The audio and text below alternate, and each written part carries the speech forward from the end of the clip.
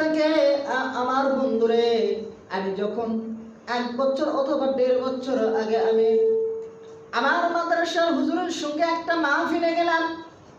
মাহফিল শেষ করে রাত্রি 3টার সময় মাদ্রাসার গেটের সামনে যখন আসলাম, বাজানটা আমার গভীর মনোযোগ দিয়ে কথাগুলো শুনবেন। মাদ্রাসার তলবে আলিম ছাত্র নজে কেমন ভদ্র, কেমন নম্র, আমি মাদ্রাসার একটা দৃষ্টান্তমূলক আপনাদেরকে নলেজে দিতেছিলাম। আমার মাদ্রাসার ছাত্র, মাদ্রাসার তলবে আলিম ছাত্র কি করলো, আমার বন্ধুরে রাত্রি 3টার সময় আমার বন্ধুরে আমি মাদ্রাসার গেটের মধ্যে যখন পা দিলাম, এই মুহূর্তে দেখতে পাইলাম মাদ্রাসার কোথায় কোন সাইড থেকে যেন কচি কান্নার আওয়াজ আর ভেসে আসতেছে আমার কানের মধ্যে। হঠাৎ করে আমি হুজুরকে জিজ্ঞাসা করলাম, উস্তাদ কান্নার অবস্থা কোথায় থেকে বেশি আসে?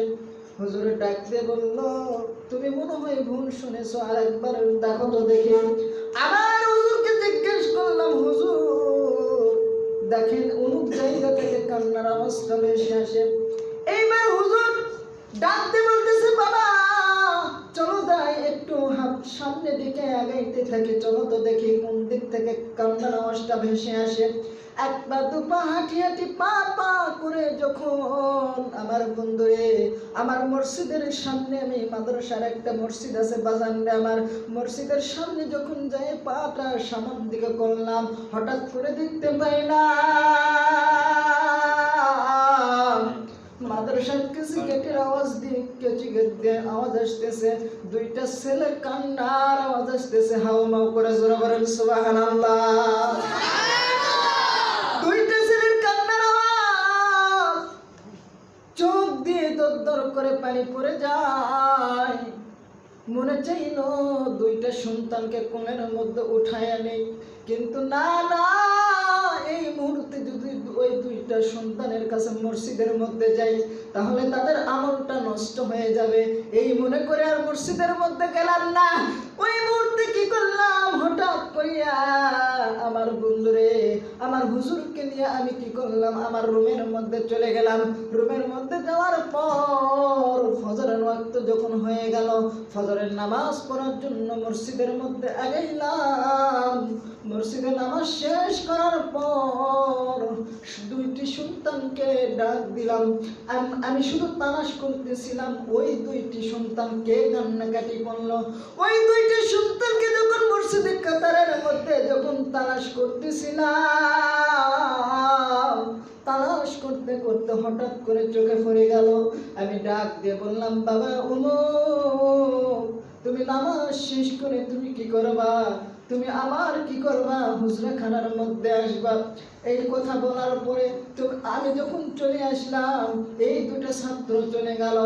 এইবার ছাত্র আমার বন্ধুরে আমি নামাজটা শেষ করার পর ওই হুজুরকে নিয়ে আমি যখন রুমের মধ্যে চলে আসলাম, 2টা ছাত্র আমার বন্ধুরে নামাজ শেষ করার পর হুজরাখানায় যখন চলে আসলো, হুজরাখানায় আসার পর ডাকতে বলতেছে, হুজুর কেন আমাদেরকে ডাকছেন?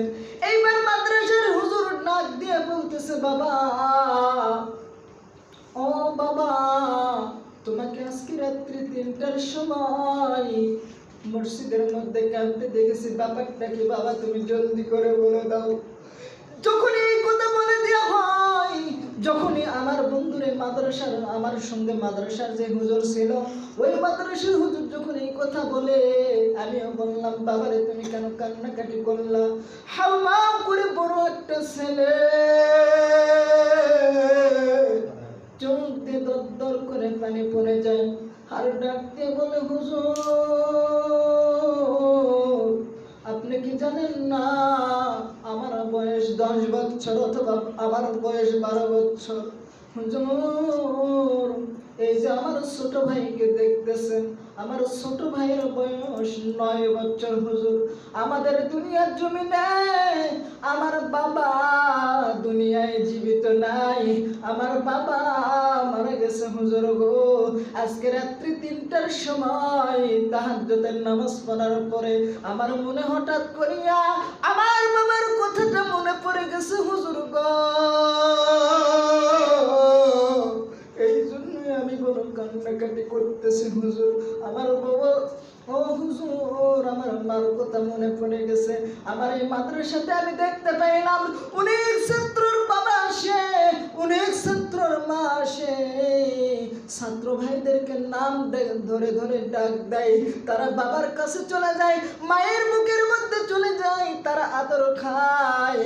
কিন্তু হুজুর আমার তো বাবাও নাই হুজুর গো। আমার একটা মা আছে, আমার মা বড় অসুস্থ, আমার মা বর্তমান আর চলতে পারে না হুজুর গো। আমার মায়ের ওষুধ কেনার জন্য টাকার প্রয়োজন হুজুর গো। এই জন্য আমি দুনিয়ার কারো কাছে না চাইয়া আমি আমার আল্লাহর কাছে চাইতেছি। যারা বলেন সুবহানাল্লাহ।